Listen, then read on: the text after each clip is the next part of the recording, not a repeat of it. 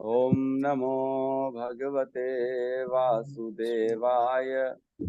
ओम नमो भगवते वासुदेवाय। ओम नमो भगवते वासुदेवाय। नारायण नमस्कृत्यं नरं चैव नरोत्तमं देवीं सरस्वतीं व्यासं ततो जयमुदीरये। नष्टप्रायेषु अभद्रेषु नित्यं भागवत सेवया भगवती उत्तम श्लोके भक्तिर्भवती नैष्टिकी। कृष्णाय वासुदेवाय देवकी नंदनाय च नंदगोपकुमाराय गोविंदाय नमो नमः। जय श्री कृष्ण चैतन्य प्रभु नित्यानंद श्री अद्वैत गदाधर श्रीवासादि गौर भक्ता वृंद। हरे कृष्णा कृष्णा कृष्णा हरे हरे, हरे राम राम राम हरे हरे। हरे कृष्णा कृष्णा कृष्णा हरे हरे, हरे राम राम राम हरे हरे। हरे कृष्णा कृष्णा कृष्णा हरे हरे, हरे राम राम राम हरे हरे। हरे कृष्णा। तो कल हमने जो श्लोक लिए थे वो 12 और 13 लिए थे।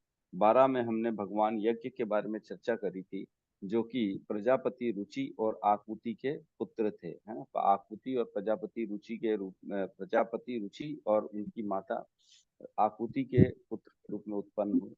जब ये दोनों तपस्या कर रहे थे तब कुछ राक्षस इनको यह परेशान करने आए। तब जो है भगवान ने यज्ञ के रूप में अवतार लिया। तो यज्ञ, ये वो यज्ञ नहीं है जिसमें हम हवन कुंड में डालते हैं, ये यज्ञ नाम है। यज्ञ नाम के भगवान उत्पन्न हुए और जो है इन्होंने अपने जो है साथियों देवताओं की सहायता से जो है फिर रक्षा करी स्वयंभू मनु की, और जो है स्वयं इंद्र बने।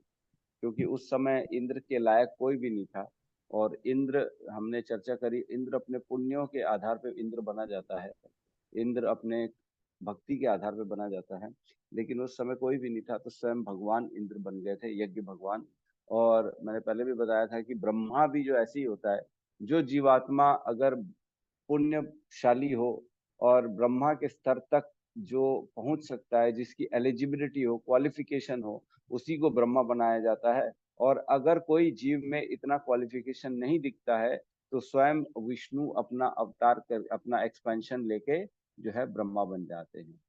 तो एट प्रेजेंट जो हमारा ब्रह्मांड है उसमें जीव हैं, वो ब्रह्मा है, जो चतुर्मुखी ब्रह्मा है। उसके बाद हमने 13वें श्लोक में ऋषभ देव भगवान की चर्चा करी। बहुत इंपॉर्टेंट है ऋषभ देव। ऋषभ देव की शिक्षाएं बहुत आने वाली हैं हमारे 5वें स्कंद में।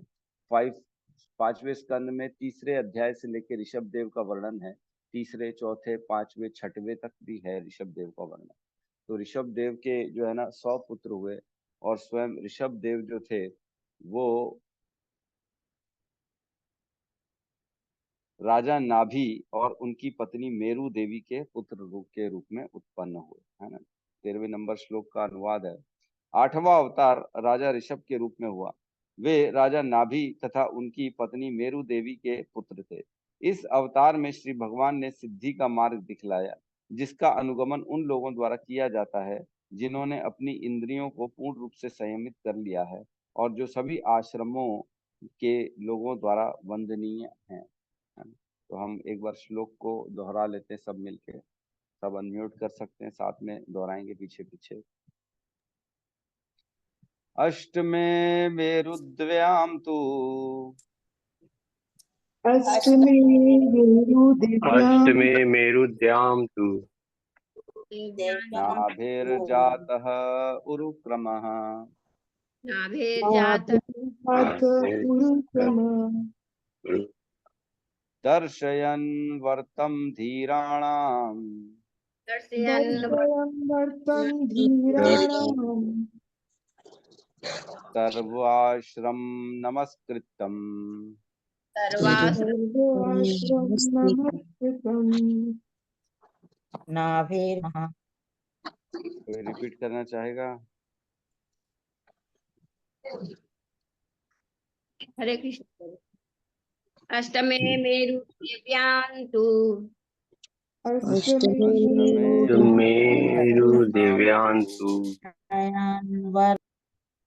उरुक्रमः नाभिजात गुरुक्रमा वत्क्रमाधीराणां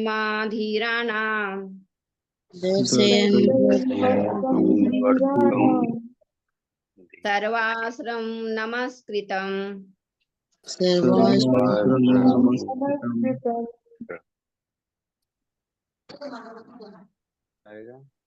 अष्टमे मेरु दिव्यां तु अष्टमेरु दिव्यांतु नाभिर्जात उरुक्रम नाभिर्जात गुरुकर्मा दर्शयन् वतुं धीराणां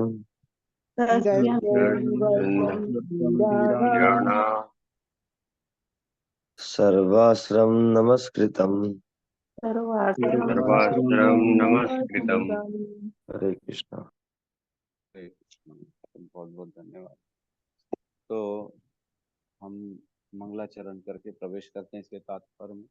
ओम अज्ञानतिमिरन्धस्य ज्ञानाञ्जन शलाकया चक्षुरुन्मिलितं येन तस्मै श्री गुरुवे नमः। श्री चैतन्य मनोभीष्टं स्थापितं येन भूतले स्वयं रूपः कदा मह्यं ददाति स्वपदान्तिकम्। वन्देऽहं श्रीगुरु श्रीयुतपदकमलं श्रीगुरुन् वैष्णवांश्च श्रीरूपं सागरजातं सद्गुण रघुनाथान्वितं तं सजीवं साद्वैतं सावधूतं परिजनसहितं कृष्ण चैतन्य देवं श्री राधा कृष्ण पादान् सगण ललिता श्री विशाखान्वितांश्च हे कृष्ण करुणा सिंधु दीन बंधु जगतपते गोपेश गोपिका कांता राधा कांत नमस्तुते तप्त कांचन गौरांगी राधे वृंदावनेश्वरी वृषभानु सुते देवी प्रणमामि हरिप्रिय वाञ्छाकल्पतरुभ्यश्च कृपा सिन्धुभ्यैव च पतितानां पावनेभ्यो वैष्णवेभ्यो नमो नमः। नमो विष्णुपादाय कृष्णपृष्ठाय भूतले श्रीमते भक्तिवेदांत स्वामी की नामिने नमस्ते सरस्वते देवे गौरवाणी प्रचारिणे निर्विशेष शून्यवादी पाश्चात्य देशतारिणे जय श्री कृष्ण चैतन्य प्रभु नित्यानंद श्री अद्वैत गदाधर श्रीवासादि गौर भक्तवृंद हरे कृष्णा कृष्णा कृष्णा हरे हरे हरे राम राम राम हरे हरे। तो 8वां अवतार की चर्चा हो रही है भगवान ऋषभ देव की, और ये जो है तात्पर्य में प्रवेश करते कल हमने इनकी चर्चा करी थी और एक मैंने होमवर्क दिया था आप सभी को, क्या आपने किया है? 5.5.1 से लेके 5.5.6 तक मैंने कहा था पढ़ के आइएगा आज, तो क्या पढ़ा है सबने? किसने किसने पढ़ा है? आनंद दायनी माता जी ने पढ़ा है, यस बहुत बढ़िया। पद्म प्रिय माता जी ने भी पढ़ा है और कबीर प्रभु जी ने भी पढ़ा है, बहुत बहुत धन्यवाद। बस अच्छा और भी लोग हैं, ऐसा नहीं। सुमित्रा माता जी ने भी पढ़ा है, 4 लोग हो गए।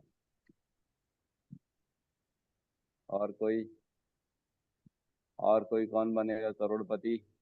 कोई नहीं बनेगा करोड़पति।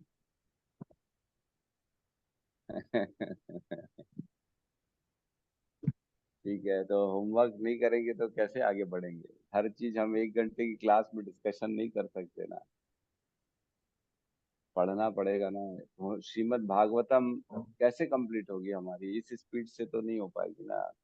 18,000 श्लोक है, उसके बाद अगर रेफरेंसेस के भी 8-10 श्लोक हम हर 2-4 श्लोक में लेते रहेंगे तो फिर प्रॉब्लम हो जाएगी। ठीक है, हम तात्पर्य में प्रवेश करते हैं। तात्पर्य शील प्रभुपाद की जय। मानव समाज स्वाभाविक रूप से जीवन के आश्रमों तथा वर्णों के अनुसार 8 वर्गों में विभाजित है। हम जानते हैं 4 आश्रम और 4 वर्ण जो होते हैं, है ना, उनमें विभाजित है। 4 वृत्तिपरक तथा 4 सांस्कृतिक उत्थान से संबंधित विभाग: बुद्धिजीवी वर्ग, शासक वर्ग, उत्पादक वर्ग और श्रमजीवी वर्ग। मतलब ये हो गया ब्राह्मण, क्षत्रिय, वैश्य और शूद्र, ये 4 वृत्तिपरक वर्ग हैं। विद्यार्थी जीवन, गृहस्थ जीवन, वानप्रस्थ जीवन और सन्यासी जीवन, ये 4 आश्रम हो गए। ब्रह्मचर्य, वानप्रस्थ, गृहस्थ, वानप्रस्थ और सन्यास आश्रम, ये 4 आश्रम हो गए। ये आध्यात्मिक साक्षात्कार के पथ पर सांस्कृतिक उत्थान के 4 सोपान। इनमें से सन्यास आश्रम सर्वोच्च माना जाता है। तो सर्वोच्च आश्रम कौन सा माना जाता है? सन्यास आश्रम। सन्यास आश्रम मतलब पहले ब्रह्मचर्य का व्रत पालन करे 25 साल तक, फिर 25 साल तक गृहस्थ आश्रम का पालन करें, और उसके बाद जो है संन्यास आश्रम होता है। जो आदमी घर बार से वैराग्य ले लेता है और भगवान के प्रचार कार्य में लगता है, भगवान के ज्ञान में लगता है, तो उसमें संन्यास आश्रम उसको कहते हैं, है ना। 51 52 अब तो जावन, वही वाला जो है ना, 51 साल से जो है संन्यास आश्रम चालू हो जाता है, तो वो सबसे बेस्ट है। कई बार हम देखते हैं जो ब्रह्मचारी होते हैं उनको डायरेक्ट संन्यास आश्रम मिल जाता है, कई बार डायरेक्ट भी मिल जाता है, लेकिन संन्यास आश्रम सबसे श्रेष्ठ बताया गया है, क्योंकि संन्यास आश्रम में वो पूर्ण रूप से जो भगवान का ज्ञान है और भगवान का प्रचार है उस कार्य में लग जाते हैं। ठीक है, सॉरी मैंने गलत बोल दिया, 51 से नहीं चालू होता है संन्यास आश्रम, 75 साल से चालू होता है। 51 से वानप्रस्थ चालू होता है, फिर 75 से संन्यास आश्रम चालू होता है। लेकिन क्योंकि अब की अवधि जो है लोगों की वो कम हो गई है, जीविका 60-70 साल से ज्यादा नहीं जी पाते, इसलिए गृहस्थ के बाद फटाफट ज्ञान अर्जित करो और उस ज्ञान के प्रचार में लग जाओ, उसको संन्यास आश्रम कहते हैं। वो जिस भी स्टेज से, जिस भी उम्र से चालू हो तब से करना चाहिए। ठीक है, संन्यास समस्त वर्णों एवं आश्रमों में का वैधानिक गुरु होता है, मतलब बाकी सभी का गुरु कौन है? सन्यासी। संन्यास आश्रम, संन्यास आश्रम में भी सिद्धावस्था के लिए 4 अवस्थाएं होती हैं: कुटीचक, बहुदक, परिव्राजकाचार्य तथा परमहंस। तो कुटीचक बहुदक जो है ना, ये स्टेजेस हैं। इसमें क्या होता है, इसका डिटेल तो एग्जैक्टली मेरे को भी ठीक से नहीं मालूम, बट जो है इसमें कहते हैं जो सन्यासी कुटीचक है ना, ये इनिशियल स्टेज में होता है, और ये भिक्षाटन जो है ना मांग के करता है। फिर बहुदक में भिक्षाटन के लिए कहीं जाता नहीं, जितना उसको मिल जाए ऐसा। और परिव्राजकाचार्य में मतलब स्टेजेस हैं बड़े, धीरे धीरे। और परमहंस की स्थिति में तो वो मिले तो खाएगा, नहीं मिलेगा तो नहीं खाएगा, वो भूखा रहेगा। वो प्रयास उसके लिए अपने आहार निद्रा भय में तो इसके लिए बिल्कुल भी प्रयास नहीं करता। सभी इसी आश्रम का आदर करते। राजा नाभि तथा मेरु देवी के पुत्र महाराज ऋषभ श्री भगवान के अवतार थे। उन्होंने अपने पुत्रों को तपस्या द्वारा सिद्धि मार्ग का पालन करने का उपदेश दिया, क्योंकि तपस्या से जीवन पवित्र बनता है और मनुष्य से को आध्यात्मिक सुख का लाभ होता है। क्या उन्होंने ज्ञान दिया? मैंने आप लोगों को कल बोला था पढ़ने के लिए, 5.5.1 से लेके चालू है, जो भगवान ऋषभ देव ने अपने 100 पुत्रों को ज्ञान दिया। बहुत इंपॉर्टेंट ज्ञान है, बहुत इंपॉर्टेंट। एवं श्रीला प्रभुपाद ने इस ज्ञान में बहुत सारे लेक्चर दिए। ऋषभ देव के ऊपर आपको बहुत लेक्चर मिलेंगे, जो उनके श्लोक हैं बहुत ही जो है फेमस श्लोक है इनके।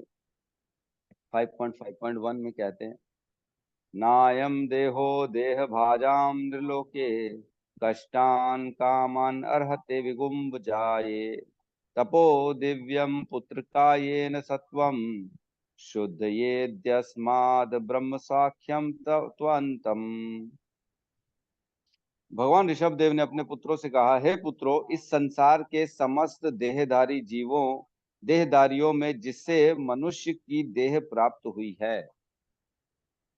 एक बार मैं पहले पूरा अनुवाद पढ़ लेता हूँ, फिर इसमें हम चर्चा करेंगे। इस संसार में समस्त देहधारियों में जिसे मनुष्य की देह प्राप्त हुई है, उसे इंद्रिय तृप्ति के लिए ही दिन रात कठिन परिश्रम नहीं करना चाहिए, क्योंकि ऐसा तो मल खाने वाले कुकर सुकर भी कर लेते हैं। मनुष्य को चाहिए कि भक्ति का दिव्य पद प्राप्त करने हेतु वह अपने आप को तपस्या में लगाए। ऐसा करने से उसका हृदय शुद्ध हो जाता है, और जब वह इस पद को प्राप्त कर लेता है तो उसे शाश्वत जीवन का आनंद मिलता है, जो भौतिक आनंद से परे है और अनंत तक टिकने वाला है। क्या कह रहे हैं इस श्लोक में? बहुत इंपॉर्टेंट है कि समस्त देहधारियों जीवों में जिसे मनुष्य का शरीर प्राप्त हुआ है, उसकी बात चल रही है। तो हम जानते हैं कि सारे जीव जो हैं, शरीर सबके पास रहता है ना।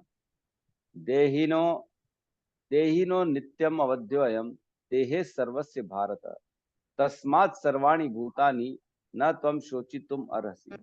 मतलब इस संसार में सभी के पास, सभी आत्माओं के पास कोई ना कोई शरीर रहता ही है। देहि नित्यो अवध्योयम, और देही जो है आत्मा जो होता है ना वो अवध्यो, कभी वध नहीं होता, उसको नित्य है, शाश्वत है। देही नित्यो अवध्यो अयम देहे सर्वस्य भारत, हमेशा वो देह के अंदर रहता है।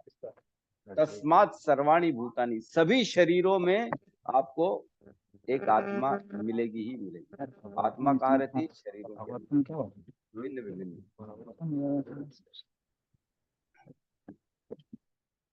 तो यहाँ पे वही कह रहे हैं, जितने भी देहधारी हैं उनमें जो मनुष्य, उनकी बात चल रही है। जैसे बाकी सारी योनियां जो हैं, जानवरों की, पशुओं की, वृक्षों की, कीट पतंगों की, या जो है पक्षियों की, इन सभी शरीरधारियों में जो मनुष्य हैं उनकी बात चल रही है। क्योंकि मनुष्य जो शरीर है बहुत ही रेयर है। सुदुर्लभ मनुष्य तन पावा, सब ग्रंथन यही गावा। सब ग्रंथ बोलते हैं सुदुर्लभ है मनुष्य तन, बहुत मुश्किल से मिलता है, बहुत ज्यादा। मैंने अपने गुरु जी हिज ग्रेस प्रशांत मुकुंद प्रभु जी से चर्चा करी थी कि प्रभु जी, मनुष्य जीवन कितना दुर्लभ है, इसका कुछ एग्जाम्पल दे के बताओ मेरे को। तो हम समझ में आया ना कितना रेयर है। हमको तो बस खाली रेयर रेयर बोलने से तो समझ में नहीं आ रहा कितना रेयर है। तो उन्होंने मेरे को बताया था, जैसे समंदर के बीच में जो समंदर का किनारा होता है उसमें कितनी सारी रेत होती है ना, उन रेतों में से अगर एक कण उठाए, एक कण रेत का, वो सपोज करो एक कण मनुष्य जीवन है, और उसको वापस फेंक दे रेत के ढेर में, और क्या चांस है कि दोबारा वही कण आपको मिलेगा? वही कण जो है मनुष्य का देह है, मनुष्य का जीवन है, और बाकी सारे अलग अलग कण जो है वो अलग अलग योनियां हैं। तो क्या चांस है कि दोबारा आपको वही कण मिलेगा? तो इतनी ही पॉसिबिलिटी है कि दोबारा मनुष्य जीवन मिले। इतने सारे लोग हैं, उनमें से मनुष्य जीवन पाने वाले बहुत कम हैं। आप कभी भी रोड में घूमते हैं तो घास, फूल, पत्ते, पौधे, इतने सारे जो है जीव दिखते हैं हमारे को। आप गाड़ी में कहीं पे भी जाएं, कहीं पे भी जाएं, यहाँ से बिलासपुर जाएं, नागपुर जाएं, तो रास्ते में कितने सारे खेत होते हैं, कितने सारे उसमें जो है ना अलग अलग पेड़ पौधे, छोटे छोटे घास रहते हैं। वो सब अलग अलग योनियां हैं, सब में जीवन चल रहा है। सारे हमारे जैसे ही हैं। हम शरीर कौन सा हमारे पास? मनुष्य का, लेकिन उसके पास शरीर कौन सा? घास का।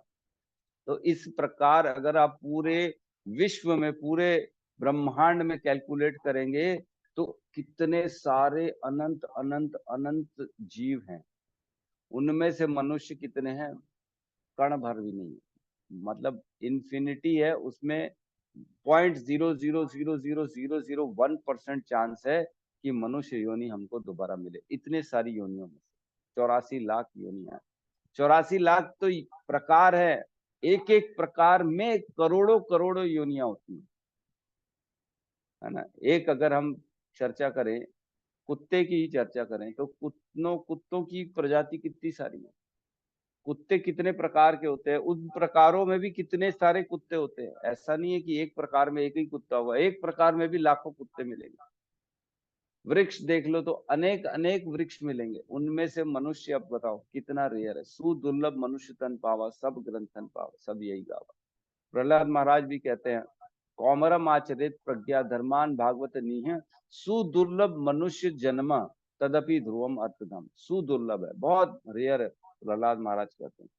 तो यहाँ पे भी वही कह रहे हैं, मनुष्य देह जिनको प्राप्त हुआ है उसको इंद्रिय तृप्ति के लिए ही दिन रात कठिन परिश्रम नहीं करना चाहिए।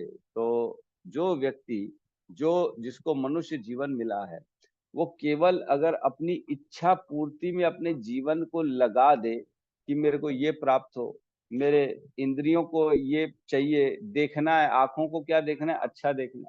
तो खाली अच्छा देखने के लिए लगा हुआ है, मेरा घर अच्छा रहे, मेरे परिवार अच्छा रहे, मैं अच्छे कपड़े पहनूं, मैं अच्छा टीवी देखूं, मैं अच्छा सिनेमा देखूं, मैं अच्छा माहौल देखूं, मैं अच्छी प्रकृति के जो है ना पहाड़ देखूं, ये झील देखूं, नदियां देखूं। ये सारा सिर्फ इंद्रिय तृप्ति का काम है। सिर्फ आंखों को तुष्ट करने के लिए आदमी ये सब करता है।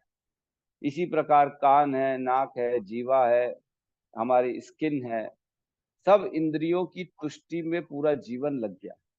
हर व्यक्ति का जीवन का उद्देश्य एकमात्र यही है कि मैं किस प्रकार अपने मन की इच्छाओं को पूरा करूं। सिर्फ एकमात्र उद्देश्य जीवन का यही है सबका। क्यों? क्योंकि हम कलयुग के बद्ध जीव हैं, हमको मालूम ही नहीं है कि सत्य क्या है, जीवन मिला क्यों है, करना क्या है जीवन में, यही नहीं मालूम। तो सब लोग जो कहते हैं, हम मैं भी बचपन में यही सोचा, जो मन करे वो करो, जो मन करे वो करो, इंजॉय कर लो लाइफ। इंग्लिश में कहते हैं ना, enjoy life before it melts, है ना। जैसे आइसक्रीम के लिए कहते हैं ना कि आइसक्रीम खा लो पिघलने के पहले, वैसे ही बोलते हैं enjoy the life before it melts. चली जाए जीवन उससे पहले बस मजे कर लो। तो ये समझना चाहिए कि हमको जीवन मजे करने के लिए नहीं मिला है। ऋषभ देव कहते हैं जीवन किसके लिए मिला है? तपस्या के लिए मिला। क्योंकि एक बार छूट गया तो क्या होगा, फिर तो अनेक योनियों में ट्रेवल करना पड़ेगा, अनेक योनियों में। पता नहीं कब जाके किसकी करुणा होगी, कब किसकी कृपा होगी, तब हमको मनुष्य जीवन मिलेगा, अदरवाइज नहीं मिलेगा मनुष्य जीवन, बहुत मुश्किल है। तो आगे कहते हैं, ऐसा तो कुकर सुकर भी, मल खाने वाले कुकर सुकर भी करते। कौन करता है? कि कठिन परिश्रम जो हम दिन रात लगे हुए हैं वो करने सिर्फ इंद्रिय तृप्ति के लिए करना बेकार है। क्योंकि इंद्रिय तृप्ति तो हर योनि में है।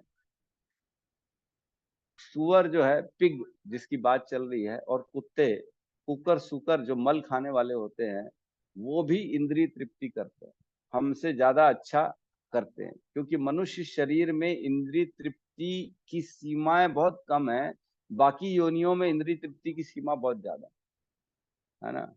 तो मल खाने वाले कुकर और सुकर, मतलब कुत्ते और सुअर, वो भी परिश्रम करते हैं इंद्रिय तृप्ति के लिए। तो मनुष्य को ऐसा काम नहीं करना चाहिए। क्योंकि मनुष्य के पास क्या है? बुद्धि है। मनुष्य के पास क्या है? भगवान का ज्ञान है। मनुष्य के पास क्या है? उच्च चेतना है। उसका उपयोग करना चाहिए, और जो हमारे जीवन के लिए बेस्ट हो सकता है वो करें। तो हम देखते हैं व्यापारी जो होता है, बिजनेसमैन, उसे अच्छा बिजनेसमैन कहते हैं जो कम लागत में ज्यादा मुनाफा कमाता है कि नहीं? एकदम कम रुपए में, 10 रुपए में अगर वो उसने करोड़ों का बिजनेस खड़ा कर दिया तो बोले क्या दिमाग वाला व्यक्ति है। 10 रुपए लिया था और आज देखो 25 साल में करोड़ों अरबों रुपए का मालिक बना।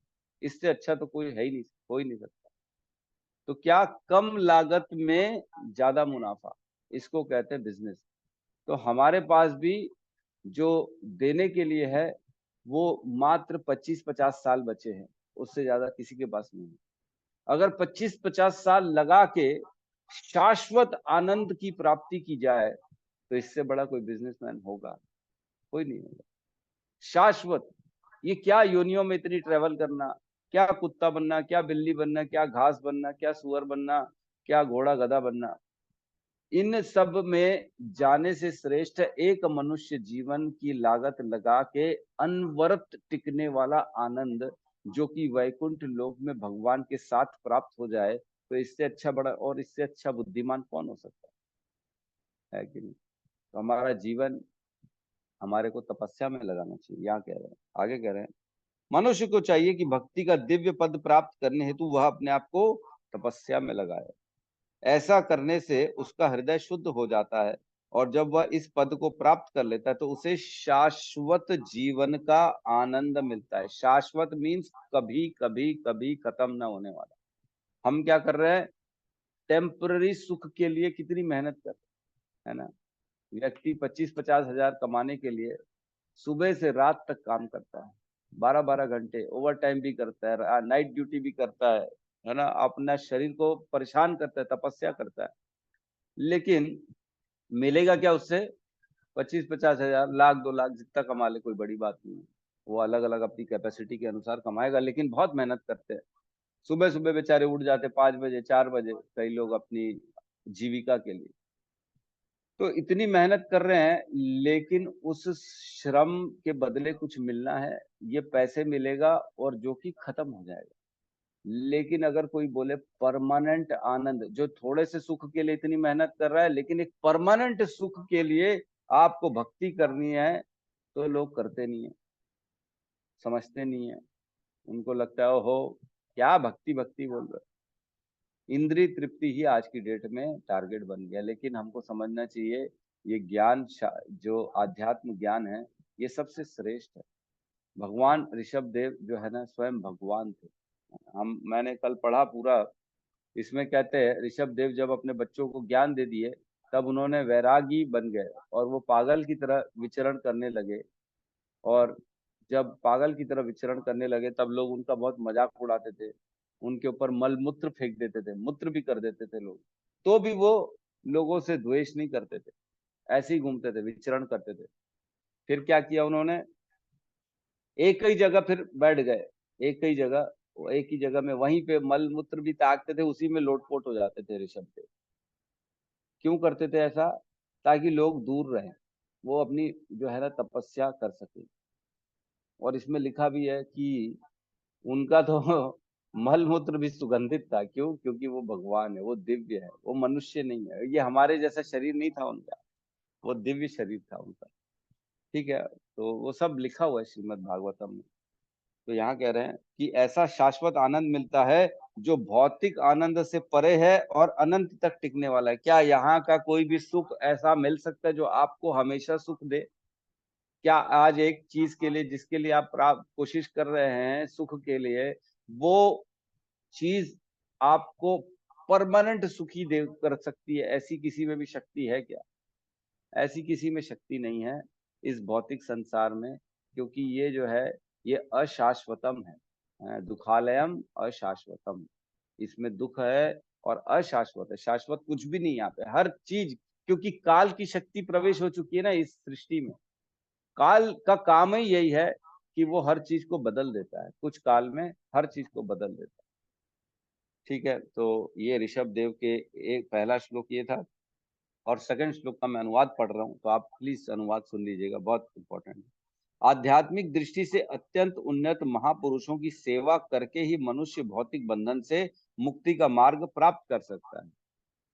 कैसे मुक्ति का मार्ग प्राप्त कर सकता है? इसमें लिखा है आध्यात्मिक दृष्टि से अत्यंत उन्नत महापुरुषों की सेवा करके। एकमात्र यही रास्ता है, अगर किसी को इस जन्म मृत्यु के चक्र से बाहर निकलना है, इसी को शाश्वत आनंद चाहिए, तो एकमात्र रास्ता है कि वो किसी महापुरुष की सेवा करे, महापुरुष की सेवा करे। ये महापुरुष निर्विशेषवादी तथा भक्त होते हैं। यदि कोई श्री भगवान के अस्तित्व में विलीन होना चाहता है, तो यह श्री भगवान का व्यक्तिगत सानिध्य प्राप्त करना चाहता है, तो उसे चाहिए कि वह महात्माओं की सेवा करे। सेवा ही एकमात्र जो है रास्ता है। ऐसे कर्मों में रुचि न रखने वाले लोग, जो कि स्त्री तथा मैथुन प्रेमी व्यक्तियों की संगति करते हैं, उनके लिए नरक के द्वार खुला रहता है। तो नरक का द्वार कहाँ खुला रहता है? जो केवल काम इच्छा, अपनी इंद्रिय तृप्ति, स्त्री, अपना सुख, अपना पैसा, यही देखता है, उसके लिए नरक के द्वार खुले रहते हैं। एक श्लोक आता है ना भगवत गीता में, त्रिविधम इदम नरकस्य द्वारम कामम क्रोधम, नहीं, त्रिविधम इदम नरकस्य द्वारम नाशनम आत्मनः कामः क्रोधस्तथा लोभः तस्मात् एतत्त्रयम् त्यजेत्। इनको काम क्रोध और लोभ, ये तो सीधा डायरेक्ट नरक ले जाने वाले होते हैं और नाश कर देते हैं व्यक्ति के पूरा भविष्य। भविष्य मतलब आने वाली योनियां। और क्या करना चाहिए? तस्मात् एतत् त्रयम् त्यजेत्, इसलिए तत्काल इनका त्याग कर देना चाहिए। किसका? काम क्रोध और लोभ का। तो हम अपना अपना एनालिसिस कर सकते हैं, क्या आप मेरे अंदर काम है, क्रोध है, लोभ है, चेक कर सकते हैं। अगर है तो सीधा नरक के द्वार खुले हुए हैं। तो यहाँ लिखा है महात्मा समभाव वाले होते हैं। वे एक जीवात्मा तथा दूसरे में कोई अंतर नहीं देखते। वे अत्यंत शांत होते हैं और भक्ति में सेवा में पूर्णतया लीन रहते हैं। वे क्रोध रहित होते हैं और सभी के कल्याण हेतु कार्य करते हैं।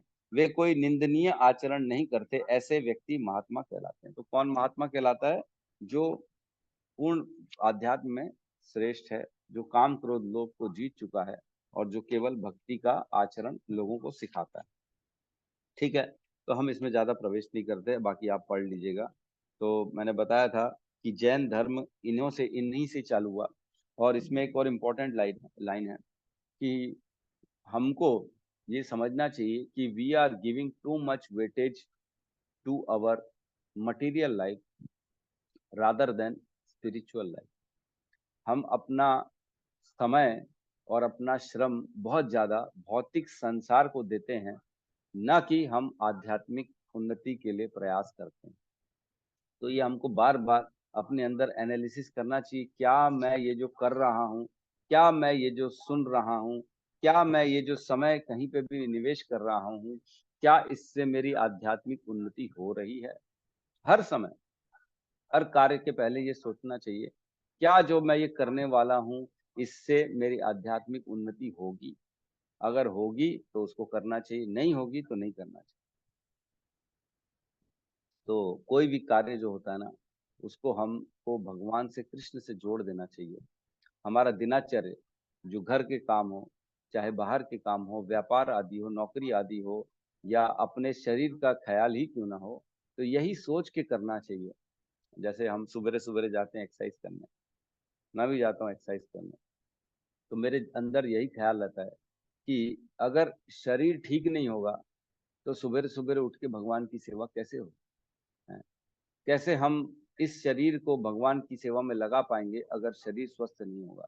तो उद्देश्य, शरीर को स्वस्थ करने का उद्देश्य एक ही है कि भगवत सेवा, है ना, वैष्णवों की सेवा, मंदिर की सेवा, यही उद्देश्य होना चाहिए।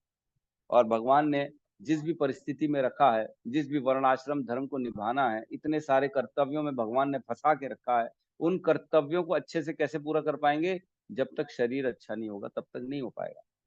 तो भगवान की नजर में, भगवान जैसे हम देखते हैं ना, हमारे घर में या कोई भी मेड सर्वेंट हो, माता जी लोग देखती हैं, कोई बाई हो, अच्छा काम करती है तो निश्चिंत हो जाते हैं, वाह वाह बहुत बढ़िया, खुद से सब काम कर लेती है, हमको बोलने की जरूरत नहीं।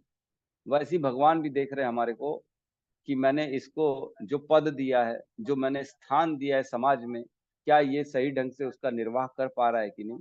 तो हमको यही देखना चाहिए कि भगवान की नजर में मेरे को बढ़िया रहना है, भगवान ने जो कार्य दिया मैं उसको अच्छे से कर सकूं। इसलिए मैं अपने शरीर का ख्याल करता हूँ, इसलिए मैं सोता हूँ। सोते क्यों है? ताकि सुबह उठें और मंगला आरती कर सके। ये उद्देश्य होना चाहिए। हर समय भगवान का अंदर अंदर चिंतन करते रहना चाहिए, भगवान का नाम लेते रहना चाहिए। ठीक है, तो अगले श्लोक में हम प्रवेश करते हैं, नहीं तो प्रवेश ही नहीं कर पाएंगे। 16वां, फटाफट इसको ले लेते हैं, 16वां नंबर श्लोक। ठीक है, साथ में दोहराएंगे।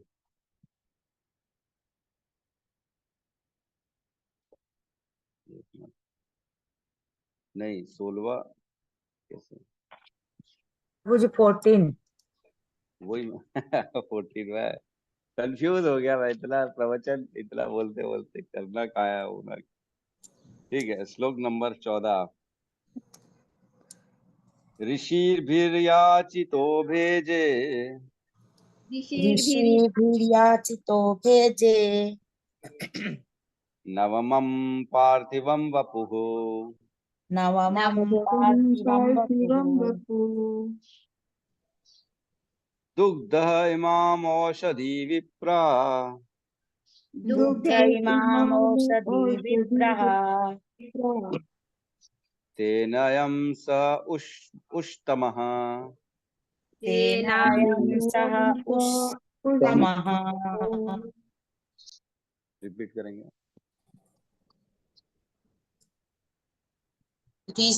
ऋषिभिर्याचितो, पढ़िए पढ़िए माता जी। ऋषिर्भिर्याचितो भजे ऋषिभिर्याचितो भेजे नवम पार्थिवं वपु नवमं नवमं पार्थिवं वपुः दुग्धेम औषधीरविप्रास् दुग्धेमिमामौषधी विप्रः तेन नायं स उष्टतमः। तेनायं तेनायं सः उष्तमः।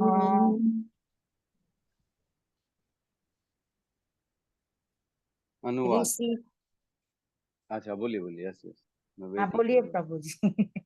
नहीं, मैं चाह रहा था कोई रिपीट करे श्लोक एटलीस्ट। ऋषिभिर्या ऋषिभिर्या भीर्याचितो भेजे ऋषिभिर्याचितो भेषजे नवमं पार्थिवं वपुः नवमं पार्थिवं वपुः दुग्धैमामौषधी विप्रः दुग्धिमं औषधि विप्र येनायं स उष्तमः। हरे कृष्ण। अनुवाद। हे ब्राह्मणों, मुनियों द्वारा प्रार्थना किए जाने पर श्री भगवान ने नवे अवतार में राजा पृथु का शरीर स्वीकार किया, जिन्होंने विविध उपजें प्राप्त करने हेतु पृथ्वी को जोता। फलस्वरूप पृथ्वी अत्यंत सुंदर तथा आकर्षक बन गई। ऋषि भी, श्लोक को देखते हैं।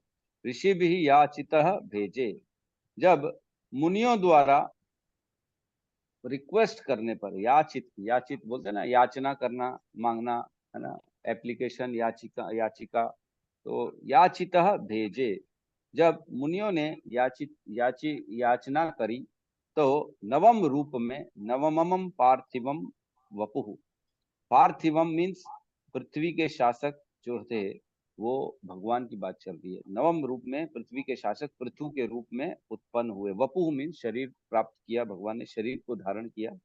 और क्या किया इसमें? दुग्ध इमम औषधि विप्रह, इन्होंने औषधियां और अनेक अनेक चीजें जो हैं वो दुग्ध की मीन्स जोता इस पृथ्वी को, और उसमें से ये सब उत्पन्न कराया। तेने अयम स उष्तमः, किसने? उनके द्वारा। किसके द्वारा? पृथु महाराज के द्वारा यह सब प्रिय चीजें, आकर्षक चीजें उत्पन्न होने लगी जब पृथ्वी को उन्होंने जोता। ठीक है, तो तात्पर्य शील प्रभुपाद की जय।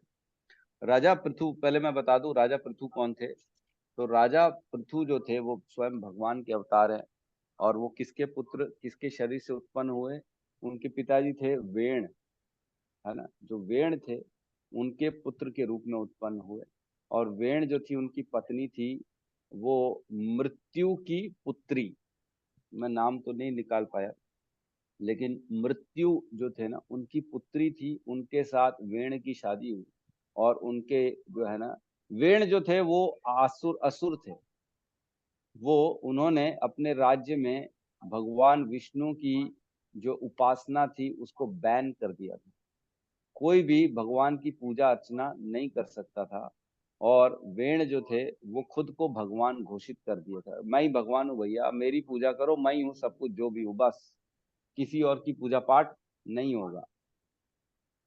तो जो ब्राह्मण थे जब वो अत्यंत परेशान हो गए, तकलीफ में आ गए, ये क्या तरीका है, तब उन्होंने अपने राजा वेण को उनके उनका जो है नाश कर दिया। उनको मतलब उनको मृत्यु प्रदान कर दी, उनको मार दिया। कैसे मार दिया? मात्र अपनी हुंकार भर के ब्राह्मणों ने उनको मार दिया, वेण को। क्यों? क्योंकि ब्राह्मण जो थे बेचारे बहुत परेशान हो गए, बहुत परेशान, न पूजा उपासना न यज्ञ आदि करने मिल रहा था। तो ब्राह्मणों ने वेण को मार दिया।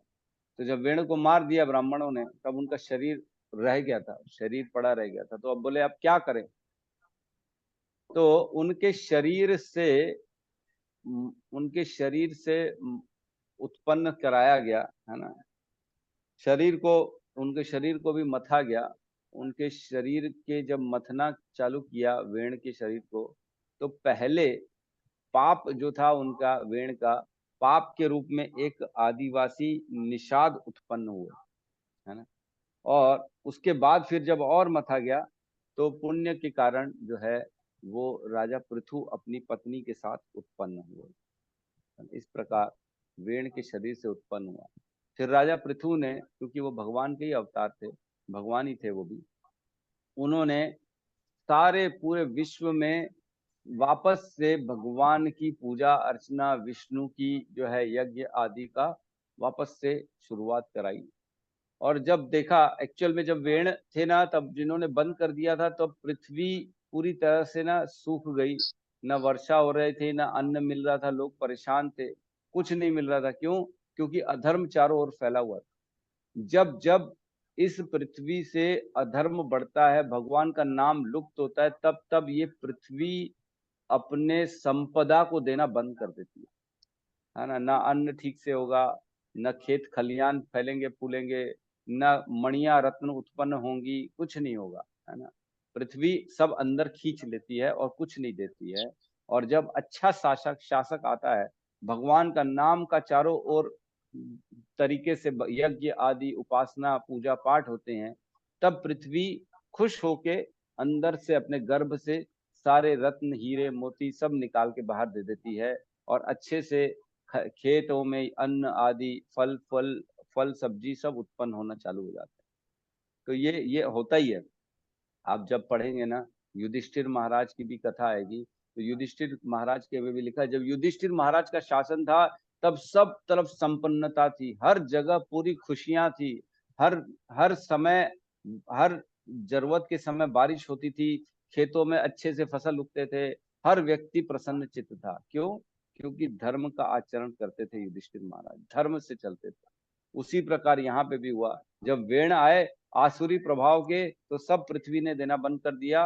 और जब पृथु महाराज आए, जब वापस से उन्होंने भगवान का यज्ञ आदि पूजा चालू कराई, तब भी पृथ्वी कुछ नहीं देने लगी, कुछ नहीं देने लगी। तो पृथु महाराज को गुस्सा आ गया, बोले क्या तरीका है, भगवान की जब भक्ति हो रही है चारों ओर, तो पृथ्वी का कर्तव्य है कि संपदा देना, फिर भी नहीं दे रही है। तो पृथु महाराज पृथ्वी को खत्म करने के लिए अपना जो है ना गांडीव, अपना धनुष उठा के पृथ्वी को मारने ही चले। तो पृथ्वी को जब ऐसा लगा कि मेरे को मार देंगे, तो वो प्रकट हुई और पृथु महाराज से बात की, बोले आप मुझे खत्म कर देंगे तो ये सब लोग कहाँ रहेंगे। तो पृथु महाराज ने बोला, मैं अपने तपोबल से एक और नया लोक निर्माण कर दूंगा, उसमें रहला दूंगा तुमको, तो मैं यहाँ से हटा दूंगा। तब पृथ्वी जो माता है, उन्होंने जो है पृथु महाराज की जो है ना बात सुनी, और फिर सब कुछ उत्पन्न कर दिया, औषधियां हीरे मोती सारी चीजें देना चालू कर दी। क्यों? क्योंकि भगवान का नाम हो रहा था चारों ओर, है ना। इस प्रकार जो है पृथु महाराज ने औषधियां और भी अनेक अनेक प्रिय चीजें उसमें से मथा, इसमें से क्या बोलते, पृथ्वी में से। ठीक है, तो तात्पर्य प्रवेश करते हैं। तात्पर्य शील प्रभुपाद की जय। राजा पृथु के अवतरित होने के पूर्व उनके पापी पिता के कुशासन के कारण अत्यंत अशांति छाई थी। कौन था उनका पिता? वेण। बुद्धिमान व्यक्तियों अर्थात मुनियों तथा ब्राह्मणों ने श्री भगवान से न केवल अवतरित होने हेतु प्रार्थना की, अपितु उन्होंने इस राजा को सिंहासन से भी उतार दिया। कैसे उतार दिया? हुंकार भर के उनको खत्म कर दिया। राजा का कर्तव्य है कि वह पवित्र हो और अपनी प्रजा के सर्वांगीण कल्याण का ध्यान रखे। राजा जब भी अपने कर्तव्य पालन में कुछ असावधानी बरते, तो बुद्धिमान व्यक्तियों को उसे सिंहासन से उतार देना चाहिए। किसे उतार देना चाहिए? राजा को उतार देना चाहिए। कौन उतारेगा? बुद्धिमान व्यक्ति। कौन बुद्धिमान व्यक्ति? ब्राह्मण, जिसको शास्त्रों का ज्ञान हो, जो धर्म परायण हो, उनको ऐसे राजा को उतार देना चाहिए। किंतु ये बुद्धिमान व्यक्ति स्वयं सिंहासन पर नहीं बैठते, क्योंकि उनके जिम्मे जन कल्याण और अधिक महत्वपूर्ण कार्य रहते हैं। कौन? ब्राह्मणों को खुद नहीं बैठ जाना चाहिए राजा को उतार के, आजा हम ही राजा हो गए भाई, अब तो ऐसा नहीं। आजकल होता ही यही, अरे ये नेता काम का नहीं है, उतारो इसको, अब मैं बनूंगा नेता ऐसे ही होता है। अतः राज सिंहासन पर न बैठकर उन्होंने श्री भगवान से अवतरित होने की प्रार्थना की, और श्री भगवान महाराज पृथु के रूप में प्रकट हुए। वास्तविक बुद्धिमान व्यक्ति का या योग्य ब्राह्मण कभी भी राजनीतिक पदों की इच्छा नहीं करते। महाराज पृथु ने पृथ्वी से अनेक उत्पाद ढूंढ निकाले। ऐसा राजा प्राप्त करके न केवल प्रजा प्रसन्न हुई, अपितु पृथ्वी का सारा दृश्य भी सुंदर तथा आकर्षक बन गया। पृथ्वी भी बड़ी सुंदर और आकर्षक बन गई ऐसे राजा को प्राप्त करके। ठीक है, तो पृथु महाराज ने भी शिक्षाएं दी हैं। एक बहुत इंपॉर्टेंट पृथु महाराज की शिक्षा है जो मैं बता रहा हूँ आपको। आगे चल के पृथु महाराज का भी बहुत बड़ा पूरा डिटेल में आएगा श्रीमद् भागवतम में।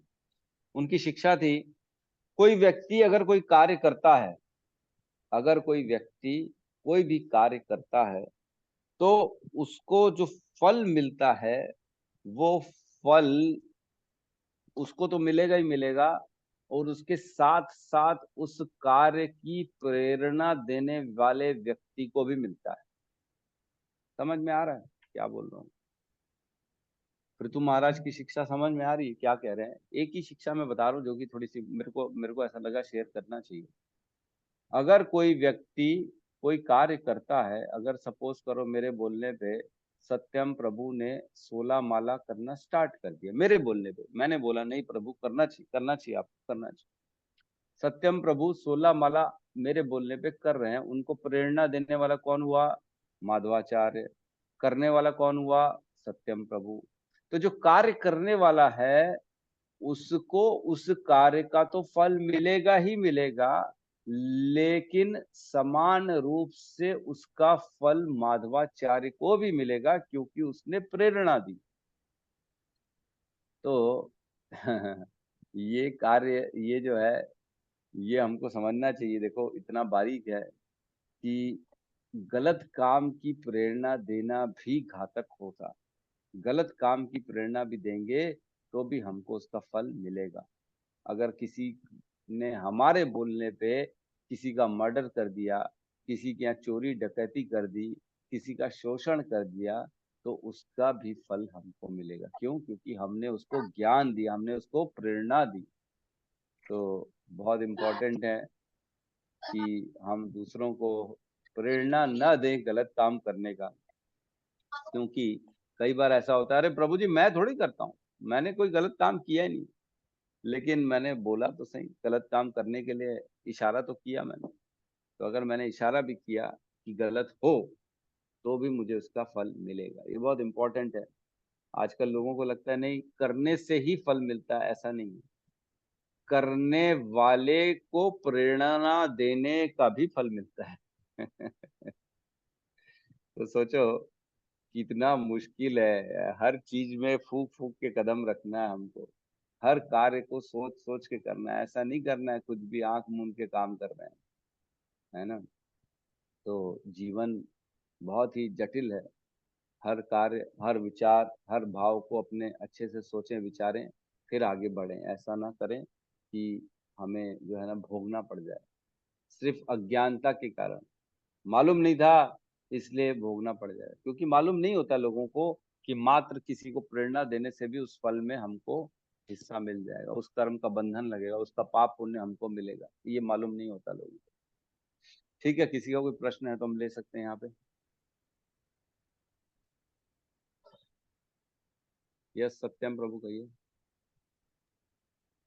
हरे कृष्ण प्रभु हरे कृष्णा।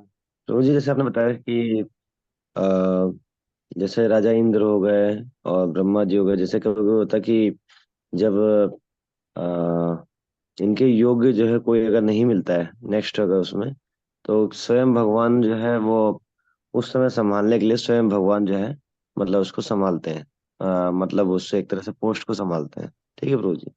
तो जैसे हर बार जैसे सुनता हूँ कि जैसे ब्रह्मा जी हो गए, राजा इंद्र हो गए, ये सब जैसे भोग भोगते हैं, मतलब जाने की कभी सृष्टि की रचना करना हो या बहुत सारी चीजें रहती हैं।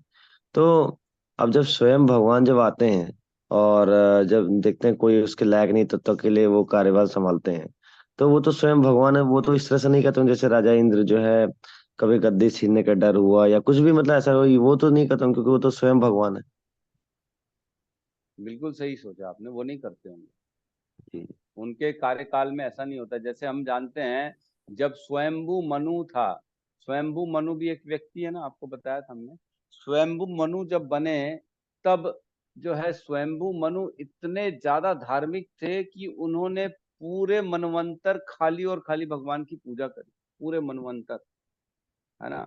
और उनके शासन में सभी को उन्होंने भक्ति प्रदान कर दी। एक बार ऐसी, मैं कौन सी कथा सुन रहा था, कौन तो थे, हाँ, 4 कुमार थे मेरे ख्याल से। 4 कुमार को कुछ समय के लिए ब्रह्मा बनाया गया। 4 कुमार ही थे कि गोप कुमार थे, मैं भूल रहा हूँ। कुछ समय के लिए ना उनको ब्रह्मा बनाया गया था, क्योंकि उनकी इच्छा थी ब्रह्मा बनने की, तो कुछ समय के लिए उनको ब्रह्मा बनाया गया। तो ब्रह्मा जी का कुछ समय सोचो कितना कितना बड़ा समय हो जाता है हमारा, है ना। अगर 2 दिन के लिए भी उनको ब्रह्मा बनाया गया तो 2 दिन मतलब कितने मनवंतर हो गए और कितने यहाँ के युग युग के युग निकल गए। तो कहते हैं उन 2 दिनों में वो लोगों ने पूरे लोकों में सिर्फ और भक्ति भक्ति भक्ति कराई, कुछ नहीं कराया। बोले सिर्फ भक्ति करो, सबसे भक्ति कराई और कुछ नहीं कराया।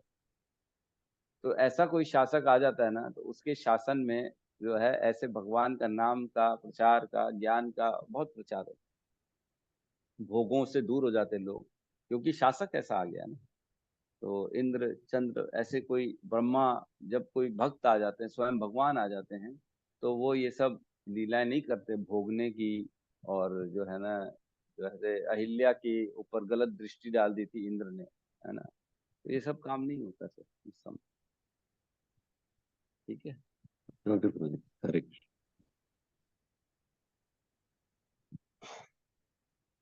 बहुत अच्छा प्रश्न पूछा प्रभु जी ने, बहुत अच्छा, वाकई में।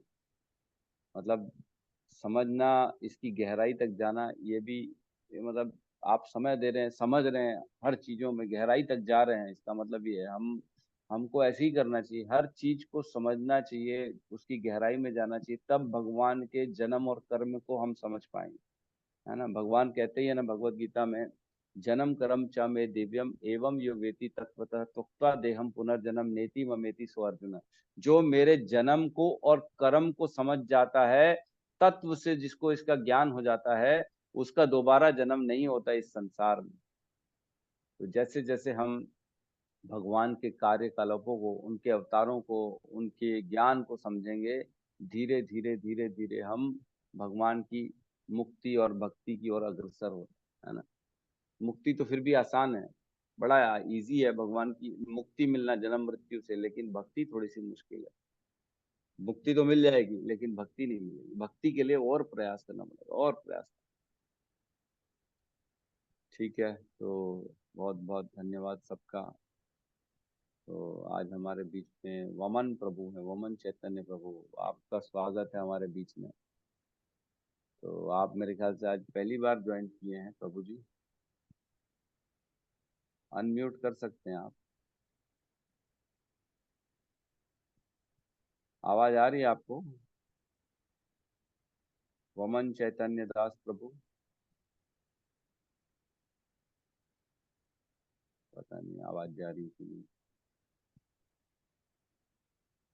ठीक है, तो हम यहाँ पे क्लास को क्लोज करते हैं। सब मिलके हरे कृष्ण महामंत्र का जाप कर लेते हैं। हरे कृष्णा हरे कृष्णा हरे हरे कृष्णा कृष्णा कृष्णा हरे हरे हरे हरे हरे हरे राम हरे राम राम राम हरे हरे हरे हरे। सभी भक्त श्री वृंद भक्त की जय। जय। गुरु श्री जगत गुरु श्री प्रभुपाद की जय। निताई गौर प्रेमानंदे। हरि हरि हरि हरि बोल। बोल, हरि हरि बोल। हरि हरि हरि हरि हरि बोल।